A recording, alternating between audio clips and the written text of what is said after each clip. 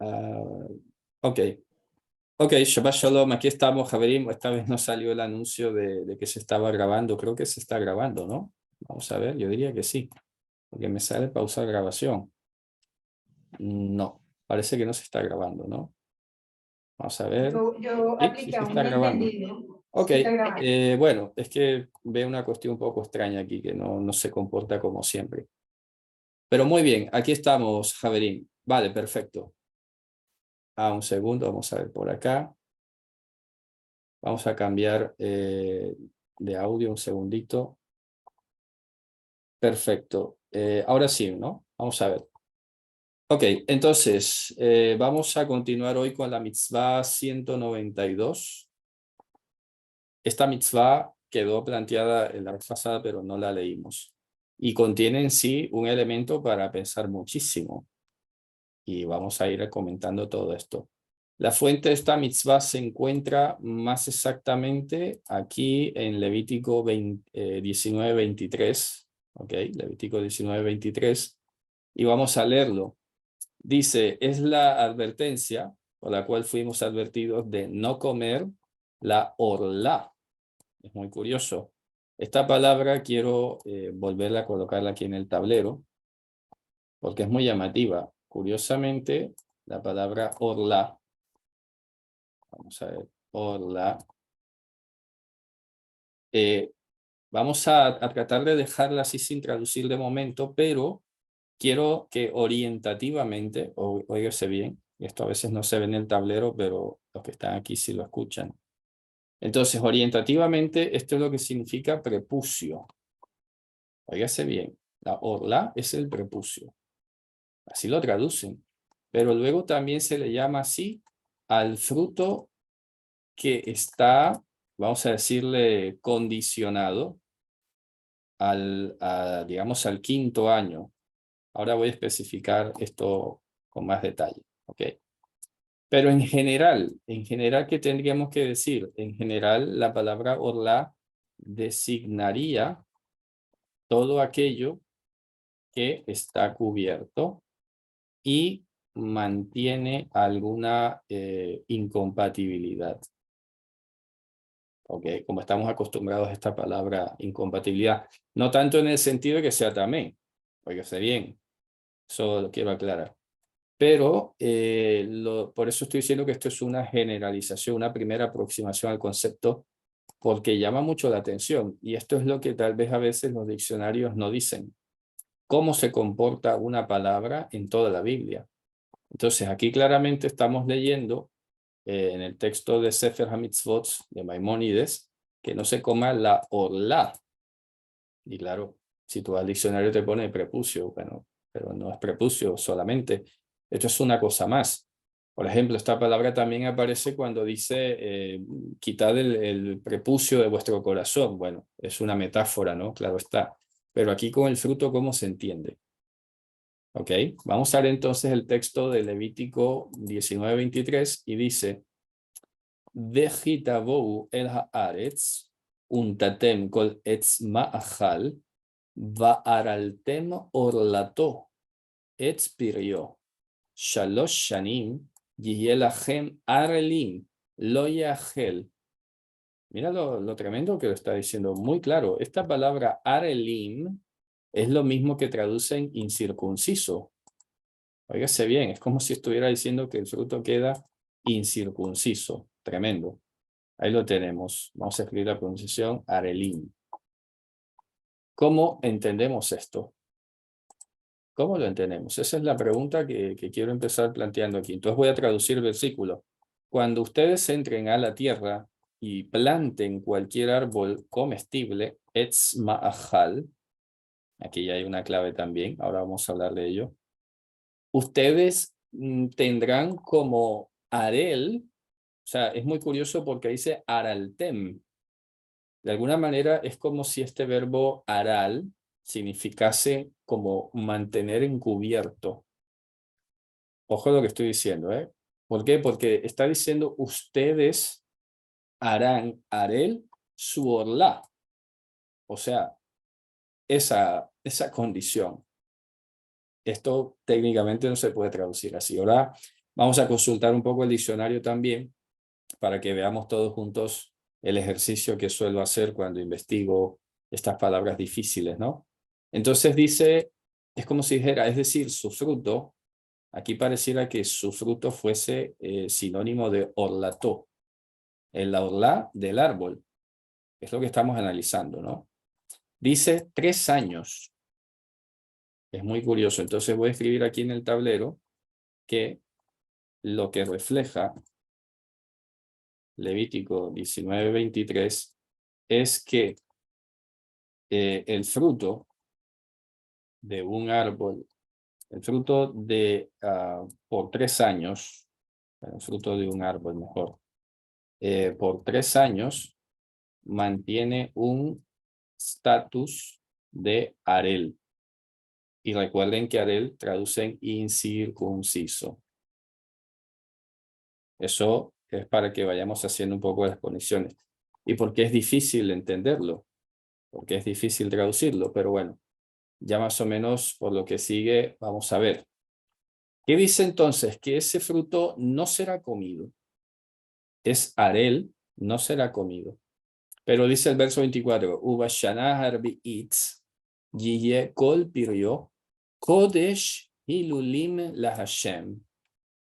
Pero en el año cuarto será todo su fruto, kodesh hilulim. O sea, kodesh hilulim la Hashem.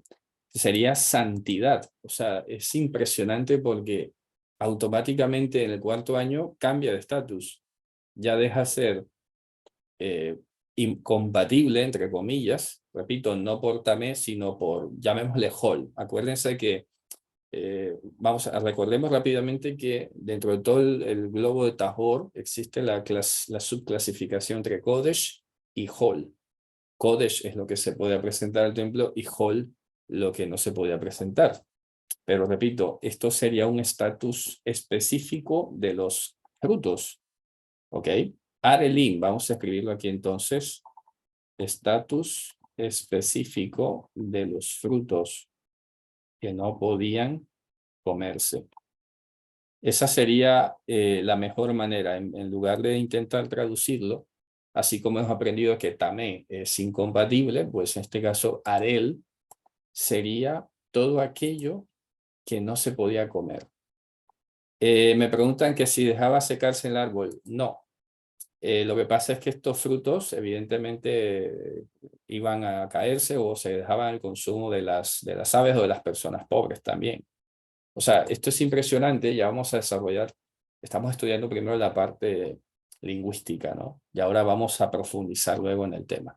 Lo que quiero que vayamos notando es cómo en el año cuarto, ese mismo fruto de ese mismo árbol venía a ser Kodesh. Y entonces era Hilulim para Hashem. Hilulim para Hashem. Hilulim, bueno, ya saben, viene de la palabra halal, el verbo hilel, que es alabar. Es la expresión de gratitud a Hashem, de la confesión de sus maravillas, como estaba hablando el Sefer Tehilim. Entonces, es muy curioso que por 3 años queda restringido y de repente en el cuarto año se vuelve Kodesh.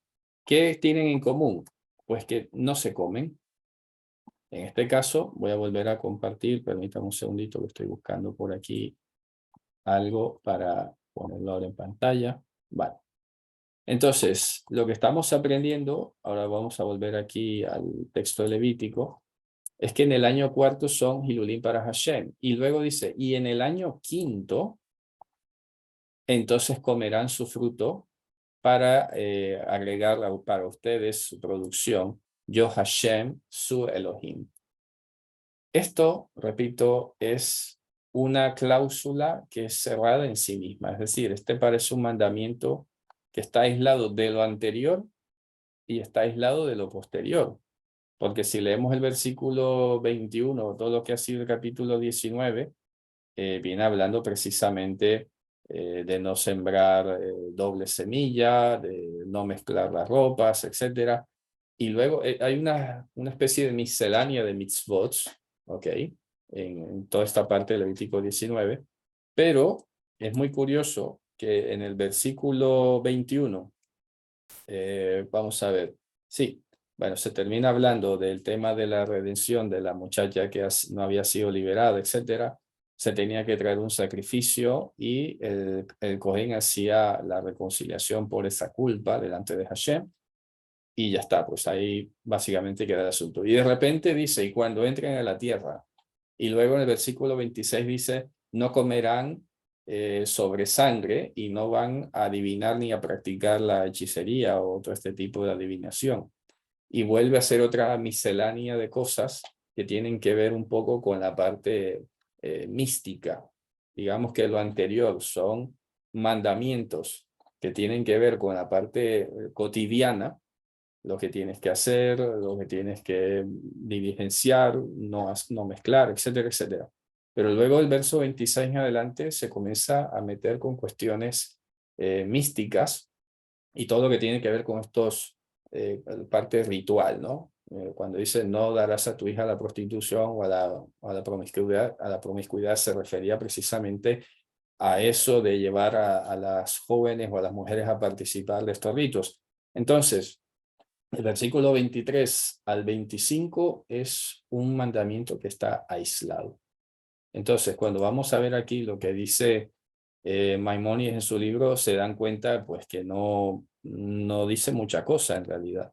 Aquí lo único que está diciendo, el que coma de ello, aunque sea el tamaño de una aceituna, merece ser azotado. Dice, ya hemos explicado los reglamentos de esta mitzvah en el tratado Orlá, que es un tratado del Talmud. Bueno, que es un tratado de la Mishnah, pero que tampoco dice mucha cosa. O sea, no te está diciendo, sino se ponen a dar casos y casos sobre si está en mi campo, si la rama cayó en el otro campo, bueno, que ya en otro momento también lo podríamos analizar, pero que tenemos que nosotros sumergirnos aquí y pensar cuál es la esencia de esta mitzvah. Entonces dice aquí, la prohibición del comer la orlá por fuera de la tierra es una halajá de Moshe desde el Sinaí, ¿ok? Pero, dice, el lenguaje de la escritura se aplica solo a la tierra de Israel. Es muy curiosa esta pequeña contradicción, ¿no? Porque está diciendo que desde Moshe viene la prohibición de comer la orlá fuera de la tierra. Pero el lenguaje de la escritura parece que se refiere solo a la tierra de Israel. Bueno, sí, efectivamente, aquí dice cuando entren a la tierra y planten cualquier árbol comestible. Esta expresión etz ma'ajal, si nosotros la buscamos en la Biblia, efectivamente corresponde a aquellos árboles que estaban en el Gan Eden, cuando Hashem había plantado el Gan Eden y todo esto. Y dice pues que plantó todo árbol etz ma'ajal, es decir, todo árbol que se podía comer. Tremendo, ¿no?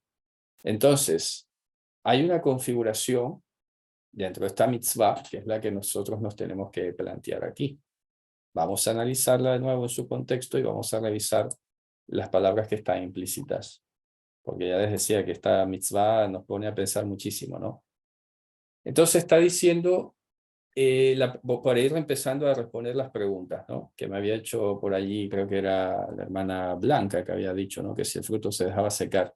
A ver, dentro de la halajá que está en la Mishnah, normalmente estos frutos se dejaban como corresponde al año séptimo, el año en que no se trabajaba la tierra, pues esos frutos se dejaban para los animales y para los pobres de la tierra si fuera el caso.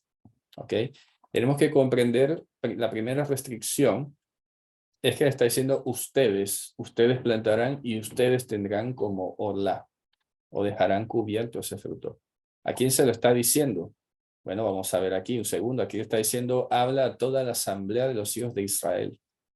Y le está diciendo, ustedes serán kedoshim, y comienza a dar todas estas regulaciones que ya hemos explicado, ¿no?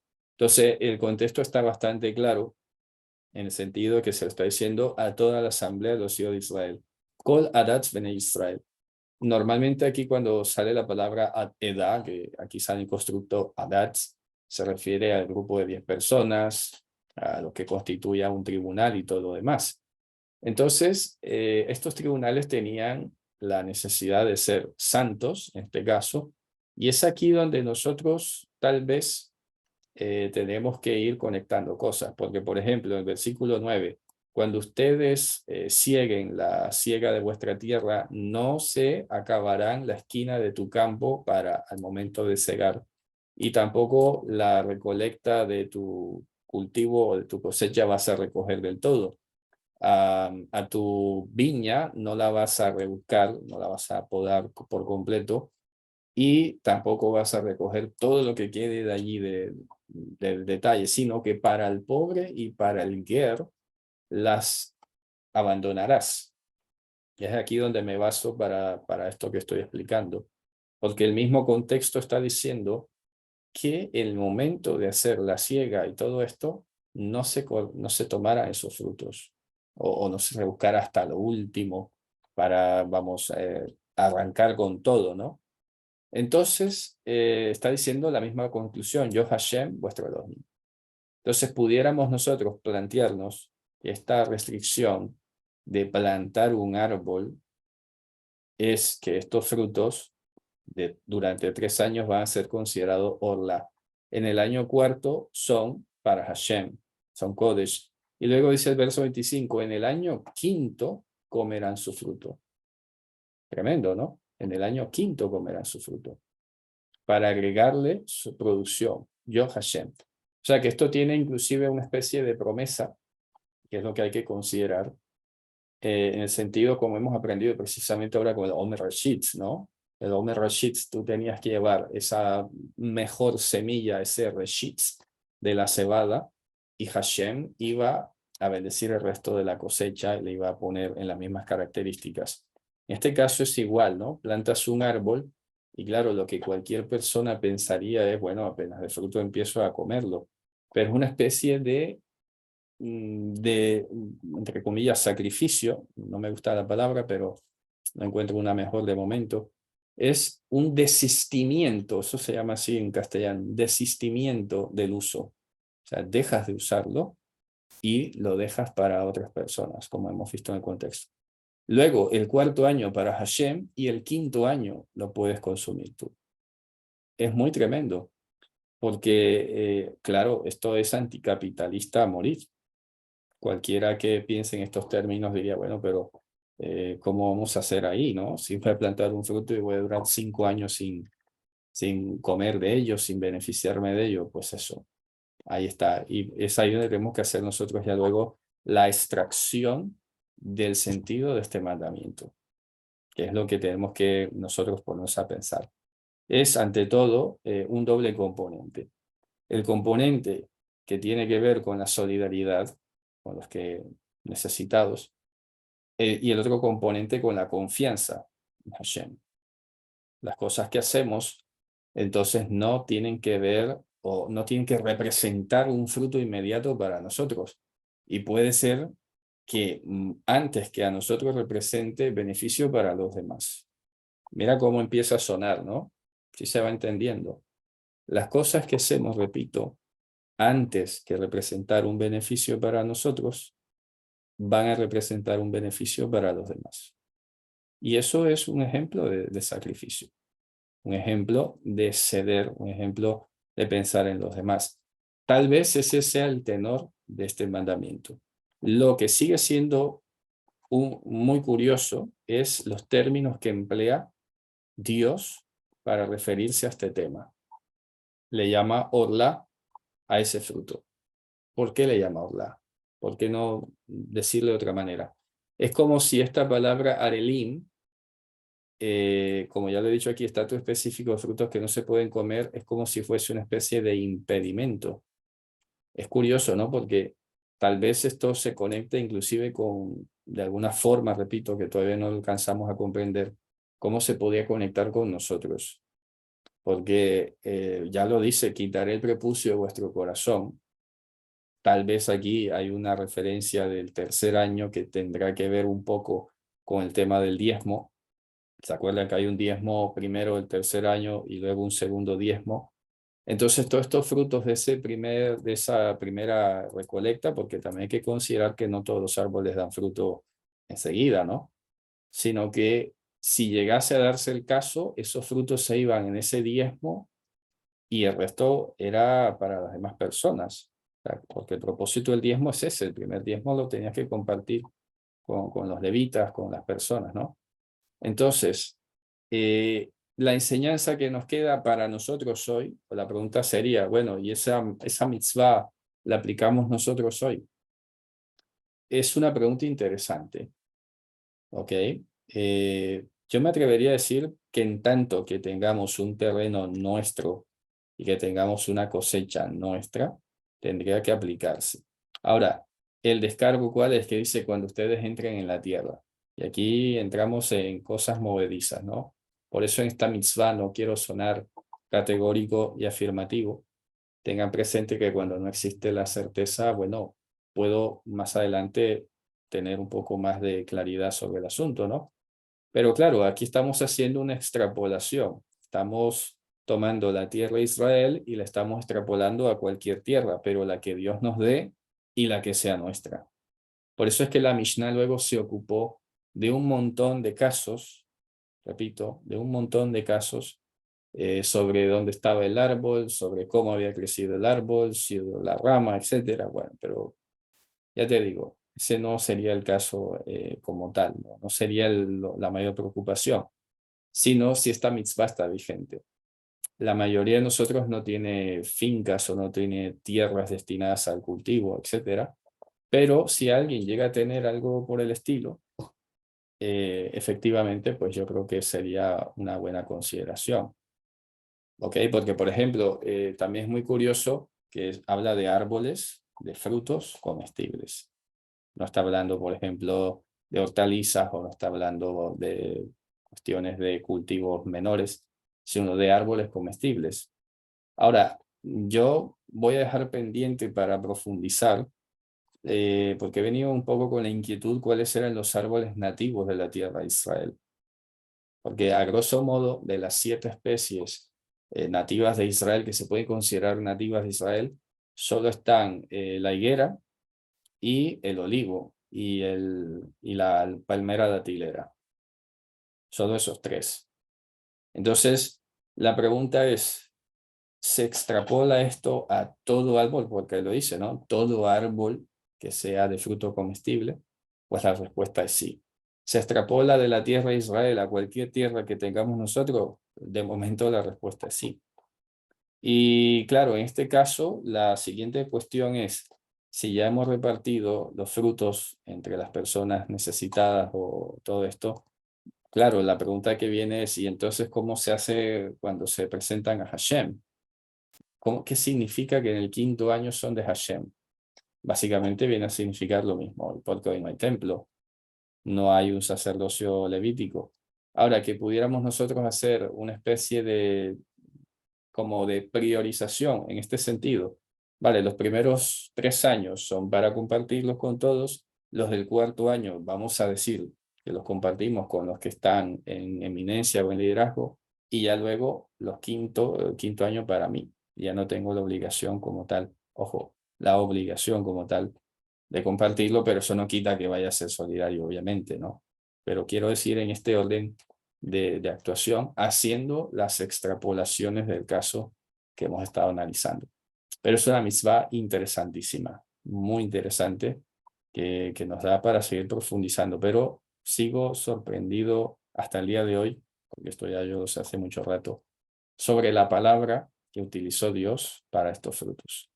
Vamos a leer en el chat que me dice. Mi esposa plantó chiles dulces. Bueno, ya lo he dicho ahora, no sé, los chiles son plantas, ¿no? No son árboles. Lo acabo de decir ahora por el tema de los huertos. Se podría pensar de no casarnos con un recién converso hasta los 5 años. Hombre, eso ya sería un poco extremo, ¿no? Porque ya ese sería otro tipo de extrapolación que tampoco es que sea seguro, porque hay gente que puede tener 10, 20 años, y aquí lo importante en últimas, ahí sí me quedo con lo de fruto, pero no como para pensarlo en términos de tiempo. Tal vez, no sé, repito, es importante que veamos todo este cuadro lingüístico, lo voy a volver a colocar aquí, para que se nos quede un poco en la retina y reflexionemos sobre el tema. ¿Qué tiene en común el prepucio en la carne, el prepucio en el corazón el árbol que es llamado, o el fruto que es llamado prepucio o incircunciso, ¿ok? ¿Qué podría representar esos 3 años dentro del mundo espiritual, aparte de lo que ya hemos dicho, ¿no? El mandamiento de la solidaridad. Pero ¿qué podría estar representando aquí? ¿Sabes? Sin sonar categórico, porque yo pudiera decir, bueno, no sé, la Torá se estudiaba al cabo de 3 años antes. Entonces, claro, una persona que empezaba como gentil normalmente podía decir que no estaba todavía del todo enterado hasta después de 3 años de estudiar la Torá. Y recordemos lo que es el verbo comer. Comer es aprender. Y aquí pudiéramos seguir haciendo extrapolaciones así un poco. Pero claro, esto requeriría de unas garantías, de unas disciplinas, de unas cosas que no siempre se van a dar. Por lo tanto, no podemos colocarnos ahora un término muy estricto. Hay que decantarlo más, pero por aquí hemos pasado y queda la constancia, ¿no? Dice, esta mitzvah era un gran desafío para el pueblo porque ver el árbol lleno de fruto y no poder disfrutar ese fruto, el pueblo tenía que necesitar un sentido. Pero bueno, ya lo he explicado ahora. Es más que todo para que lo plantaba. ¿Ok? Los demás sí podían comer, los demás sí podían disfrutar de ellos y en ese orden prioritario, los necesitados y todo lo demás. Ahora, surgirá la pregunta, bueno, ¿y si no había necesitados? Hombre, ya lo dijo Mashiach, los necesitados siempre los tendrás en medio de vosotros. ¿Qué pudiéramos nosotros practicar, supongamos? Supongamos que tu entorno no tienes necesitados, porque puede darse el caso, supongamos, extremo. Pues, ¿qué haces con el fruto? Pudiéramos aplicar lo mismo que con el diezmo, ¿no? Cuando alguien estaba lejos de Jerusalén, pues vendía su cosecha y con el dinero iba y daba allá, ¿no? Pues igual, tomas ese fruto, lo vendes y ese dinero, pues lo envías a personas que lo necesiten, aunque sea en otra ciudad o en otro país. Eso podría ser otra forma para hacerlo súper práctico, ¿no? Porque, claro, envío yo unos frutos desde aquí, no sé, a otro lugar lejano y hasta se dañan. Entonces, hay que recordar que esto era una comunidad bastante agrícola, personas que vivían en un entorno, estas cosas funcionaban bastante bien. Y nosotros hoy estamos en un entorno algo distinto, pero nunca vamos a perder de foco esa parte básica, ¿no? Esa parte literal. Y ya si la literalidad no nos funciona, entonces vamos buscando comparaciones con otros mandamientos para darle vigencia, que es lo que acabo de decir ahora, ¿no? El asunto es que prima la solidaridad, prima la abstinencia del uso en función o en beneficio de otros. Y eso es una de las claves más importantes que ya mencioné antes, ¿no? Vamos a ver qué me dice. Dice, me suena lo que Kepa dijo, ustedes debían estar ya en carne y aún están en leches. O sea, como tiempo de madurez. No, no diría que es madurez. Creo que simplemente hay una cobertura, es como una especie de abstinencia y una especie de separación, porque el prepucio lo que tiene es eso, ¿no? Marca un poco separación. Por eso dice quitar el prepucio de vuestro corazón. Claro, el corazón no tiene un prepucio, pero tiene un velo, ¿vale? Vamos a buscar por aquí, por ejemplo, que les había dicho al principio, el diccionario este que utilizo bastante cuando hay cuestiones complejas, que a veces tiene cuestiones etimológicas, ¿no? Aquí dice Arel, un hombre que no se le ha cortado la orla, es la misma palabra que estamos estudiando, es decir, que no ha sido circuncidado. Segundo, por coincidencia, ¿no? Un hombre, varón, que no es del pueblo de Israel, pero esto ya es implícito. Oiga, se ve interesante, ¿no? La implicación. Luego, tercero, lenguaje de la escritura, por cuestiones sucesivas, ¿no? Por asociaciones secundarias, se considera atum, que está cerrado, satum, que está escondido, o mejusé, que está cubierto. Es decir, son ya luego las asociaciones. Por ejemplo, aquí se cita Jeremías 6:10 cuando dice, ¿a quién le hablaré y daré testimonio para que escucha? He aquí que está Arel, en femenino Arelá, el oído de ellos. Mira tú que se utiliza para el oído. O sea, el oído está incircunciso. ¿Se dan cuenta? En este caso, por ahí lo estaba poniendo Carmita aquí precisamente, ¿no? Dice, circuncidados Hashem, quité el prepucio de vuestro corazón. Efectivamente, ¿no? dice, no sea que de mí salga fuego. Bueno, eso estamos hablando. Por eso en este caso, fíjense que Jeremías lo utiliza para hablar de los oídos arelim, o sea, oídos tapados, que están cubiertos. Es muy curioso. Luego dice, Hager Mebnei Dana, bueno, esta es una cita de un poeta, Israel Haim Tabiuv, y bueno, utiliza también la expresión Arel Nefesh, es como una persona insensible, ¿ok? Una persona que está cerrada, pero esto ya es un uso más moderno. Pero si se fijan, este diccionario tampoco es que profundice muchísimo, ¿ok? No, ya tendría que seguir averiguando otras implicaciones, pero lo que sí está claro es que se utiliza arel para el corazón, arel para los oídos, arel para el fruto, arel para el prepucio en la carne, y todo esto siempre está mostrando que no tiene comunión con Hashem, que no tiene comunión con Hashem. Esa sería, repito, la cuestión común. Por eso he puesto aquí estatus específico de los frutos que no podían comerse. Pero ojo, en este contexto, que quede claro, que no va a decir alguien por ahí, no, es que Arel significa incircunciso. Bueno, vamos a ver en qué contexto es, porque no siempre es así. Estamos hablando entonces de que Arel potencialmente significa aquello que está cubierto y que en función de esa cobertura que tiene, esa capa, aislamiento, no entra en comunión con Hashem. Ahora, ¿por qué Dios le llamó así a esos frutos? Que son de árboles que él creó para comer. Hombre, parece que está diciendo, mira, primero aprende a compartir con los que conoces. Eso se parece mucho a lo que dijo Mashiach, ¿no? Si no amáis al que ves, ¿cómo vas a amar al que no ves? Entonces, estos frutos quedan cubiertos. No me los traigas a mí, por favor. Compártelos con aquellos que estás viendo. Luego, al cuarto año, me los traes a mí, con los que trabajan aquí, los levitas, sacerdotes y todo. Y ya al quinto año, los puedes consumir tú. Lo dejo así, porque es lo que básicamente está implícito. No podría agregar otra cosa de momento, pero creo que hay bastantes mensajes y claros en lo que estoy diciendo ahora a nivel práctico. Repito, a nivel de cómo funciona aquellas cosas que hacemos y que nos agobiamos para ver resultados para nosotros. Y estamos hablando ahora individualmente. ¿Ok? Hago algo, espero una retribución para mí. Aquí Dios está poniendo un cambio de paradigma y dice, pues mira, ¿y qué tal que beneficia a otros primero? ¿Qué pasa? No te agobiarás, ¿no? No te vas a irritar si todo lo que estás haciendo está beneficiando a otros antes que a ti. Pues deberías alegrarte porque ese es el mandamiento. Ahí lo voy a dejar, ¿ok? No sé si está claro. ¿Alguien quiere hacer una pregunta de esta parte? Aparte de las que le voy a echar, ¿no? Tremendo aplicado el mandamiento justo en estos tiempos. Así es, sí, sí, porque esta sociedad está bastante egoísta y muy egocéntrica y muy centrada en sí mismo y en el individualismo, porque a veces inclusive hasta en el propio matrimonio, hasta hay parejas que no sé cómo tienen esta extraña visión de que piensan en sí mismos antes que inclusive en su propio hogar. Y eso pasa mucho, ¿no?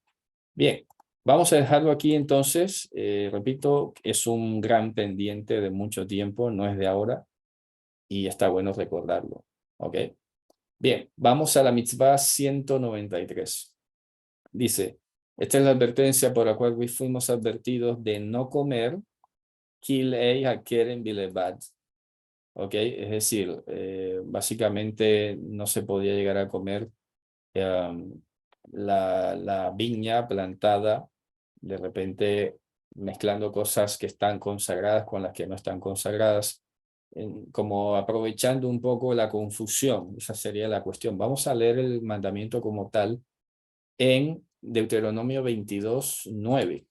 Vamos a ir para allá, Deuteronomio 22:9.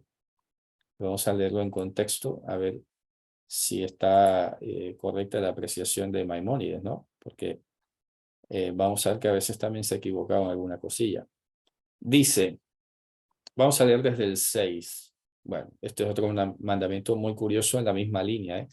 Dice, cuando acontezca un nido de pájaro delante de ti en el camino, en cualquier árbol o sobre la tierra, polluelos o huevos, y la madre está posada sobre los polluelos o sobre los huevos, no tomarás la madre junto a los hijos.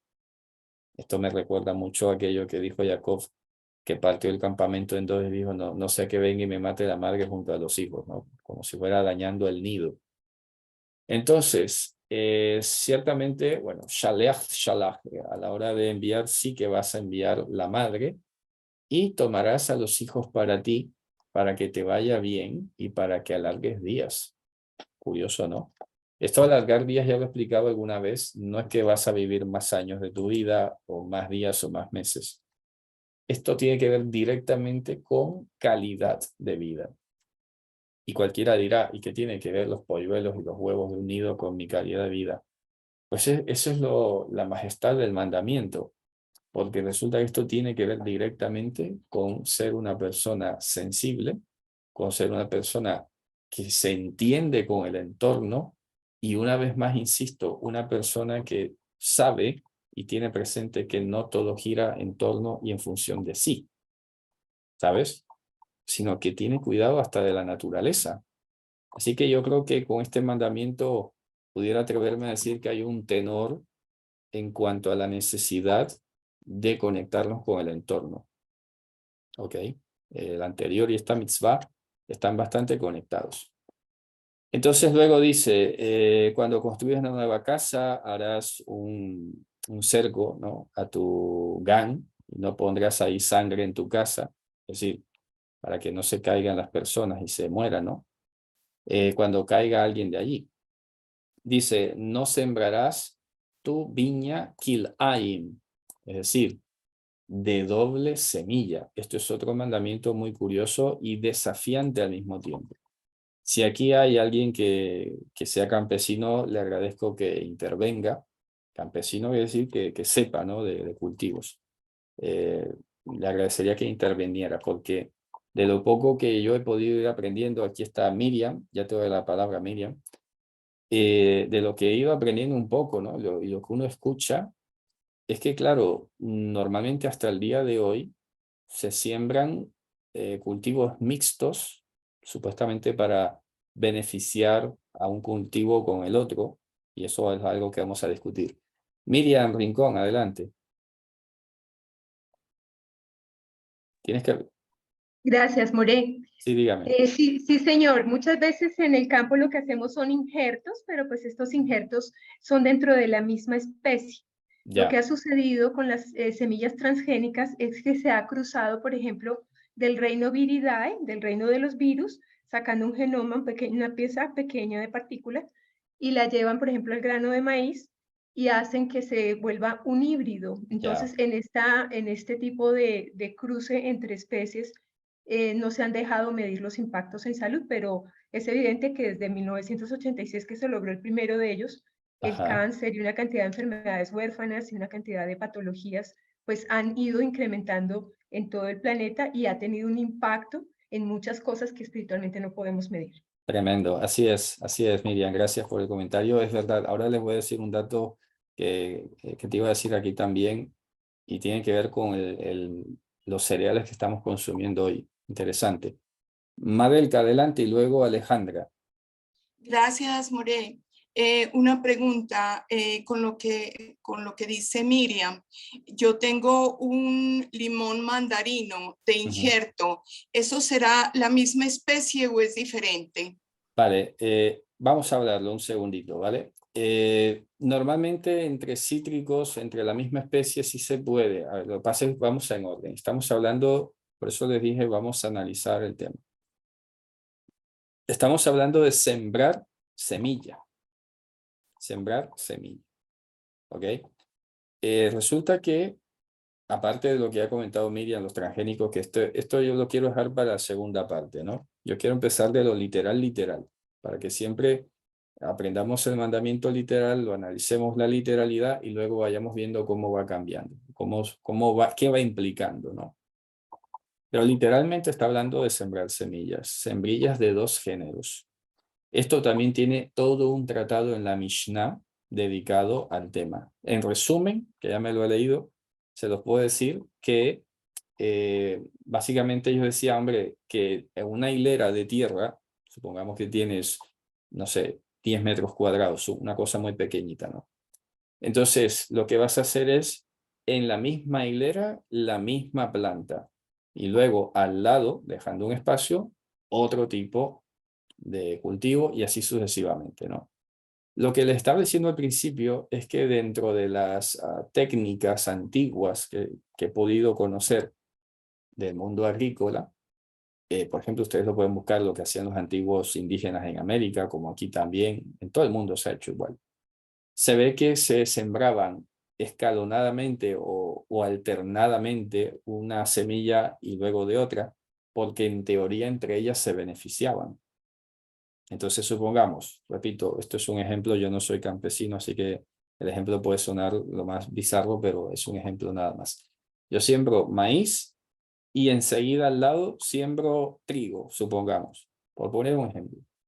Y luego otra vez maíz y luego otra vez trigo. Este tipo alternado de semillas, cuando crecen, se benefician entre ellos. Ojo que es un ejemplo puramente pedagógico, no es real. Pero así sucede, un árbol se beneficia del otro y así sucesivamente, y entre ellos se supone que mejoraba la productividad. Hashem aquí literalmente nos está diciendo una cosa que es totalmente lo contrario.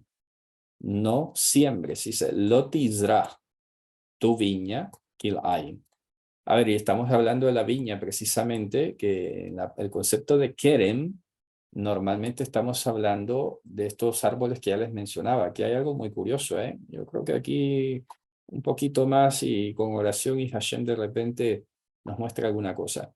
Porque volvemos al tema. En Israel, una viña solamente iba a contener lo que eran los olivos, la higuera, y en este caso la vid como mucho, que es un árbol que también bueno, un arbusto, no sé cómo se define exactamente, ¿no? Pero vamos a dejarlo en una especie de árbol que tiene su propia extensión. Entonces, ¿qué pasa? Que esto es lo que constituía la viña, básicamente. No era cualquier cantidad de cosas. Y acuérdense que las viñas estaban a veces cercadas, si eran pequeñas o a veces eran más grandes, pero en todo caso había todo un arte en la hora del cultivo y todo esto. Entonces lo que está diciendo es que no vayas a alternar las semillas a la hora de sembrar. Eso para dejarlo literal, porque en la antigüedad, desde la antigüedad, de hecho, se han venido cruzando plantas desde de la misma especie. Por ejemplo, el aguacate. Los aguacates originales, si tú buscas un poco, lo vimos hace también unas clases atrás, ¿se acuerdan? Compartir hace unas semanas, veíamos cómo los frutos originales de la tierra eran nada que ver con lo que conocemos hoy. Pero entonces aquí tenemos dos cosas distintas. Y ahí voy a empezar un poco a enlazar con lo que dijo Miriam, con lo que preguntaba Madelka. A ver, los cruces entre especies semejantes se pueden. Eso no sería doble semilla, porque estamos hablando ya de injertos, y los injertos son otra cosa. De hecho, Dios utiliza los injertos como ejemplo. O sea, en este caso, está claro que los injertos sí se podían, pero siempre y cuando pertenezcan, obviamente, a la misma especie. Y eso es lo que ha ido mejorando los cultivos a lo largo del tiempo. Porque si nos pusiéramos desde un punto de vista estricto, es que vamos, y mal interpretado además, es que no comeríamos nada hoy, básicamente. Pero bueno, para que quede la salvedad, ¿no? Los cruces o injertos de géneros similares sí se pueden. Lo que está hablando aquí es de dos semillas distintas y ahí entra un poco los transgénicos que decía Miriam, porque entonces ya estoy tomando las propiedades de un árbol que no pertenece para nada a la especie esta y estoy trayendo aquellas propiedades y metiéndolas aquí. Peor luego si se toma el tema de virus o para hacerlos resistentes a las plagas. Y aquí ya voy introduciendo lo que iba a decir. Hasta ahora, escuchando hoy un noticiario que me gusta mucho, cae en cuenta de algo también. Y se ve que la mayor cantidad de cereales del mundo que está circulando hoy en día, ¿sabes de dónde está viniendo? De Ucrania.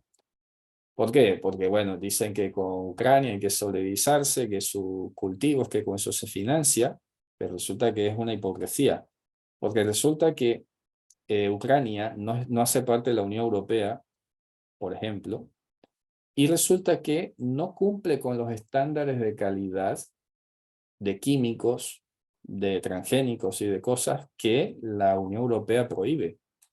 Entonces, como no tiene aranceles y no tiene impuestos y no tiene un montón de cosas, ahora toda Europa se ha llenado de los cereales de Ucrania. Y no tenemos nada contra los Ucrania ni nada, pero es que las cosas como son. Entonces, ¿qué ocurre? Que además acuerden que allí en Ucrania fue el accidente de Chernóbil y todas estas cosas. Entonces, todo ese grano ahora está circulando aquí en Europa, pero también en el resto del mundo. Y es tremendo porque definitivamente, y ahí lo que decía Miriam también, se ha empezado a multiplicar una cantidad de anomalías en la alimentación, de unas intolerancias. De hecho, hay un artículo que salió hace nada que decía por qué se están multiplicando las alergias en el mundo, ¿ok? Y hoy le llaman alergias, pero luego van a ser otras cosas, ¿no? Vamos a ver las alergias en el mundo. Ok, sí, aquí está, miren. Es un artículo que salió en la prensa de aquí, pero igual lo puede encontrar en otros titulares de otros lugares. Y fíjense ustedes, ¿no? ¿Por qué cada vez hay más alérgicos? Y claro, te quieren hacer pensar que eres tú, que soy yo, los que tenemos problemas de salud. ¿Y qué va? Es lo que estamos comiendo. Entonces, ¿qué pasa? Pues que nada más es un caso presente, actual, ahora mismo, ¿no? Real, que está ocurriendo. Los productores de Polonia, productores europeos, se están quejando porque su trigo se les está quedando allí, que sí cumple con un montón de reglas, y están trayendo trigo de Ucrania. ¿Quiénes se están beneficiando? Pues unos cuantos que tienen allí el comercio, que tienen los barcos, que tienen los aviones, y resulta que todo ese trigo ha llenado la Unión Europea. ¿Desde hace cuánto? Hace ya, bueno, vamos a ponerle un año que lleva el tema de la guerra y todo esto. Pues esto además está viajando a otros países y ahí que es donde uno revisa con quién se firmaron acuerdos y todas estas cosas, y ahí está el detalle, ¿no? Y si Ucrania tenía el negocio del 40% del Mansate que se cayó en Colombia, un fungicida industrial, imagínense, ¿no? Dice, a hoy dicen que las enfermedades son hereditarias, pero nuestros ancestros nunca sufrieron esos síntomas. Así es. Pero es por esto, ¿no? Entonces estamos hablando del tema del cruce de los cultivos. Que quede claro, las mejoras que se hacen en función de la misma especie vía injertos, sí se puede, ¿ok?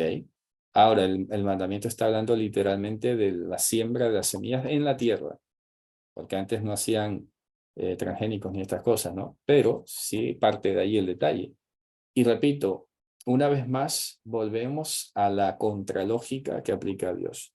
Cualquier campesino del mundo antiguo dirá, pero ¿cómo no se te va a ocurrir sembrar esto con esto en la misma hilera si eso es lo mejor que hay? Mira para que veas que los frutos se mejoran. Muy bien. Pues venía Dios y decía, pues no lo vas a hacer así, lo vas a hacer como yo te digo. Una vez más, un acto de confianza. Una vez más, otra cosa muy importante. Ojo que esto sí que nos puede picar un poquito a todos. Óigase bien. Seguramente alguna vez te has preguntado, como cualquiera se lo puede preguntar, vaya, pero aquel hace lo incorrecto y le va bien y gana más. Y yo, que hago lo correcto, gano menos o no me va tan bien. Pues tienes algún problema con eso. No deberías tener ningún problema. Acuérdense que hace mucho, cuando estudiábamos también las mitzvot, decíamos, no vas a investigar el shalom de ellos, el bienestar de ellos y la prosperidad de ellos. La forma como los gentiles acceden a sus riquezas o producen riqueza y su bienestar y todas estas cosas, no tiene por qué incomodarnos a nosotros. Nuestra satisfacción tiene que estar y radicar en que hacemos lo que Dios está diciendo. Y no ponernos a mirar, como hay un dicho por ahí, mirarle, ¿cómo es? El césped del vecino. o lo usa muchas cosas, o el césped, o el patio, o la granja, o lo que sea, ¿no? Como comparando, a ver, si él está haciendo, lo hago yo también. No, yo creo que precisamente es aquí la columna vertebral de estas mitzvot. Las cosas que estamos haciendo las hacemos porque Dios las ha dicho, no porque tengamos que esperar beneficio en ello, beneficio desde el punto de vista humano, o mucho menos riqueza, ya te digo, porque claro, aplicando estas normas, con toda seguridad, produciríamos menos que otro que hace triquiñuelas y hace cosas y secretos y todo esto. Pero entonces a nosotros nos tiene que bastar. Y ha empezado hoy esta clase hablando de restricciones del consumo, luego está hablando de restricciones a la hora de plantar, ¿no? Y está hablando también luego de la solidaridad. Es muy tremendo todo esto, ¿no? Entonces, en este caso, yo creo que la raíz principal que tenemos que rescatar es esta. Las cosas que vamos a hacer, las hacemos porque Dios las dice y no nos interesa si los demás prosperan más o les va mejor, entre comillas, o lo hacen o obtienen el beneficio más rápido, porque aquí normalmente competimos con eso, ¿no? Con el afán, con la ansiedad. Entonces es muy curioso porque mira lo que dice aquí.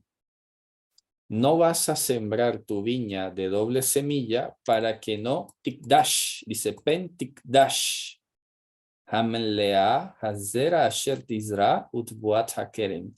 Fíjense que esto es casi un modismo. Esto es casi un modismo. Me gustaría saber cómo lo han traducido. Permítame un segundo, vamos a buscar aquí Deuteronomio 22:9 para que se den cuenta de algo. Vamos a ver, Deuteronomio 22:9. Vamos a ver cómo han traducido esto. A ver. Dice, no sembrarás tu viña con dos clases, no sea que todo el fruto de semilla que has sembrado y el producto de viña queden inservibles. Óigase bien.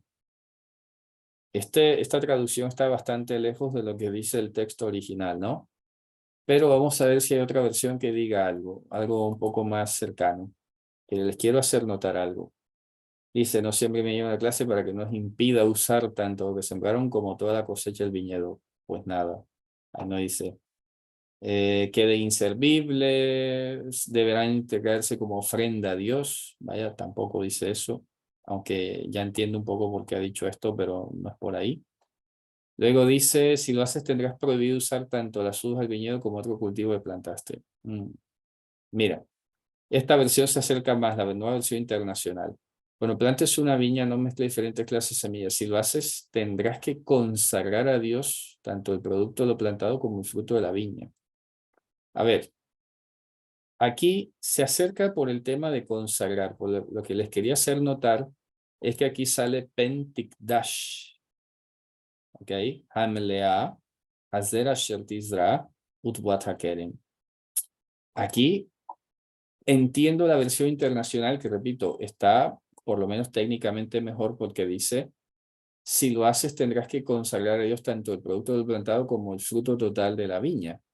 Pues eso se acerca más, repito, técnicamente, desde el punto de vista lingüístico, porque aquí sale la palabra, el verbo kadash, que es santificar. ¿Ok? Pero lo curioso es que dice, no sea que santifiques la llenura de la semilla que has sembrado, o sea, como la totalidad de la semilla que has sembrado y el producto de la viña. Aquí cuando dice santifiques, repito, puede ser un auténtico eufemismo. Los que han leído los artículos que he publicado se acordarán del tema. ¿Se acuerdan que hace relativamente poco hablaba de los eufemismos en la Biblia, no? Esto podría ser un caso de eufemismo, porque dice pentic dash, o sea, suena algo como negativo. A ver, porque aquí no cabe un poco el matiz que está diciendo la nueva versión internacional, dice, si lo haces tendrás que dedicar al Señor, porque aquí no lo dice, no sale la palabra Dios, no sale el Señor, no sale aquí. Aquí lo está poniendo, tendrás que consagrar a Dios. Esto se lo está agregando la nueva versión internacional. Lo mismo otras versiones dice, tendrás que consagrar a Dios, tanto el fruto es consagrado a Dios. Aquí están agregando la palabra Dios porque, claro, no entienden ¿por qué sale la palabra Kadash aquí? ¿Ok? No entiende. Entonces, hombre, pues tendrá que ver con Dios, seguramente. Pero resulta que como en el texto no sale para Hashem, ni esta sería la conjugación, además. ¿Y a dónde quiero llegar con todo esto? Pues resulta que esta raíz Kadash, ojo, Kadash, y dependiendo mucho de la conjugación, ahora les voy a hacer una pequeña explicación. Pues resulta que esa misma raíz es de donde sale la palabra Kedeshá, que han traducido prostituta. Y sale Kadesh, que sería un prostituto, si se puede decir así. ¿Ok? Vamos a buscarlo en el propio texto bíblico. Permítame un segundito. Que es aquí donde te sumerges a investigar y te das cuenta que las traducciones pueden discrepar muchísimo, pero claro, el criterio con que han traducido no es tan hebreo, no se concentra en pensar. Por ejemplo, aquí dice en Génesis 14:7, y volvieron y entraron a Mishpat. Bueno, aquí es el nombre de Kadesh, perdón, esto es el nombre del lugar. Aquí, por ejemplo, en Génesis 38:21, y le preguntó a los hombres de su lugar diciendo, ¿dónde está la Kedeshá? ¿Ok? La Kedeshá que estaba en Ainaim junto al camino. Y dijeron, no, aquí no ha habido ninguna Kedeshá. Se llamaba Kedeshá a estas prostitutas rituales, a las que hacían parte de un culto a una deidad. ¿Ok? Eran dedicadas a eso. Por eso es el único punto en común en el sentido de dedicar y que eran distinguidas, porque claro, con la vestimenta ya se sabía automáticamente que era una Kedeshá, ¿ok? Pero evidentemente un sentido muy negativo. Por eso hay que tener cuidado cuando pronunciamos las cosas. Entonces, luego se dan cuenta que es la misma raíz de Kodesh, ahí lo tienen, Kodesh, Kodesh, etcétera. Pero luego habrá un mandamiento más adelante que quiero ver si lo consigo rápidamente, donde dice no habrá ni Kadesh ni Kedeshá en medio de tu pueblo. Vamos a ver si lo alcanzo a encontrar rápidamente. Un segundito, porque bueno, todo lo que es Levítico tiene que ver con aquí. A ver, vamos a ver si alcanzamos a encontrarlo. Yo dije, vamos a colocar aquí. Vamos a ver si sale de esta manera. Kedeshá, pero bueno, ya lo han visto con esta palabra, ¿no? Sí, aquí por ejemplo en Deuteronomio 23:18. Lo tihye Kedeshá mitnot Israel velo yihye Kadesh mitnei Israel. Deuteronomio 23:18. Ustedes lo pueden buscar en sus Biblias y ahí seguramente pondrán, no sé, prostituta o algún tipo de cosa, pero no es cualquier, repito, prostituta. Eran muy específicamente estas que se entregaban a un culto. Ahí ponen ramera, bueno, no sé. La palabra más exacta desde el punto de vista lingüístico sería la palabra meretriz, que tiene que ver un poco con una palabra griega etaira. Etaira. Una etaira, si ustedes las buscan, era un poco parecido al tema de las geisha en el antiguo Japón, antigua Corea, que eran esas personas que se dedicaban a ese tipo de cultos, ¿no? Entonces, miren, aquí sale, en castellano sale con H, hetera, no tiene que ver con heterosexual ni nada. Hetera o etaira, compañera, era el nombre que recibía en la antigua Grecia una clase distinguida de mujeres libres, lo cual generalmente se empeña funciones de artista, control, prostituta y acompañante. Por eso les digo que se parece mucho al concepto de la geisha en el antiguo Japón y Corea, que sí, en principio eran como artistas, acompañantes y luego terminaban involucradas libremente en relaciones sexuales ilícitas, ¿no? Entonces, lo que quiero mostrar con todo esto es que este verbo, cuando dice aquí, pentikdash, hamenlea, hazera, shertizra, podría significar no tanto, si lo haces tienes que consagrar todo al Señor, porque no lo dice aquí, sino, no sea que se prostituya, es decir, estés tratando la tierra con las costumbres de afuera. Óigase bien, no sea que estés tratando la tierra que yo te estoy dando con las costumbres de afuera. ¿Ok? Pen tikdash amlea zera shetizra tubat hakerem. ¿Vale? Por eso es que es impresionante esta mitzvah. Lo está diciendo dentro de una generalidad que tiene que ver una vez más con los cultivos, con las cosas que Dios nos ha dado, y yo creo que con esto voy a ir terminando. Definitivamente empezamos a hablar cuando entres en la tierra y plantes. Óigase bien, primera idea. ¿Qué significa eso? La tierra la da Dios y el plantar también nos lo ha dado Dios. ¿Ok? La técnica del conocimiento. Muy bien. Entonces, ¿qué te dice a continuación? Las cosas que plantes no te las vas a aprovechar enseguida tú. No seas mezquino, no seas tampoco tan de ansias de ir a acapararlo todo y pensar en ti y hacerlo centrar en ti. Cuidado, ¿ok? Que puede ser que beneficies a otro antes que a ti y eso está bien. Segundo, cuando plantes, cuando entres a la tierra con las cosas que Dios te ha dado, no mezcles semillas. Aunque eso supuestamente represente más beneficios, más producción, lo que sea, tú haz lo correcto. Que ya con lo de hacer lo correcto ya debe bastarte. Deja de compararte con los de afuera. Y ahí termina con este mandamiento que estamos leyendo ahora.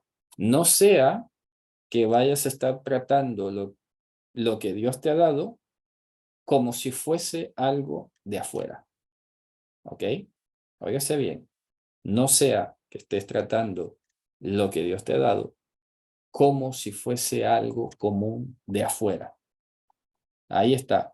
Con eso quiero cerrarlo, esta idea general. Quiero puntualizar una vez más la parte lingüística que hemos estado estudiando hoy. Hemos encontrado palabras de un uso no convencional. Ya lo hemos explicado todo. Queda claro el tema de los injertos, que sí se puede. Queda claro el tema de la mejora de un fruto, que sí se puede, siempre y cuando sean de la misma especie. Lo que estamos hablando es de no transgénicos. Transgénicos, recuerden, en el sentido de meter una característica de una semilla en otra que no es de su especie, o peor, cosas animales. No todos los transgénicos son exactamente lo igual, ¿ok? Hay que saber sopesarlo. Pero en todo esto, repito, más que todo tenemos en síntesis el aprender a conectarnos con el entorno y a conformarnos con el beneficio que nos representa hacer la voluntad de Dios sin compararnos con lo que hay afuera. ¿Ok? Bueno, muy bien, Javerín. Aquí vale perfecto. Miriam, podemos escribir, vale muy bien. Claro que sí, ahí por el chat, por el WhatsApp también podría ser, o el correo. Este verso me pareció muy apropiado. La mitzvah, ustedes que son duros de servir, incircunciso de corazón y odio, resisten también a robos de santidad que mencionan sus padres. Por ahí pasa, poco por allí, pero sí, tiene alguna cosa que ver. Seguiremos entonces aprendiendo, seguiremos estudiando. Espero que la síntesis que he dicho nos quede allí, que es lo que siempre me interesa, ¿no? Porque ya lo he dicho, no todos tenemos cultivos ni cosas, pero tenemos que saber extraer de allí unos principios que estén cimentados en la escritura y que sirva para guiarnos en nuestro proceder, para que seamos santos en toda nuestra manera de vivir. Bueno, muy bien, Javerim, ha sido un placer compartir. Nos despedimos con esto. Que tengan un Shabbat desde ahora lleno de Shalom en Mashiach. Nos vemos en la próxima. Shalom.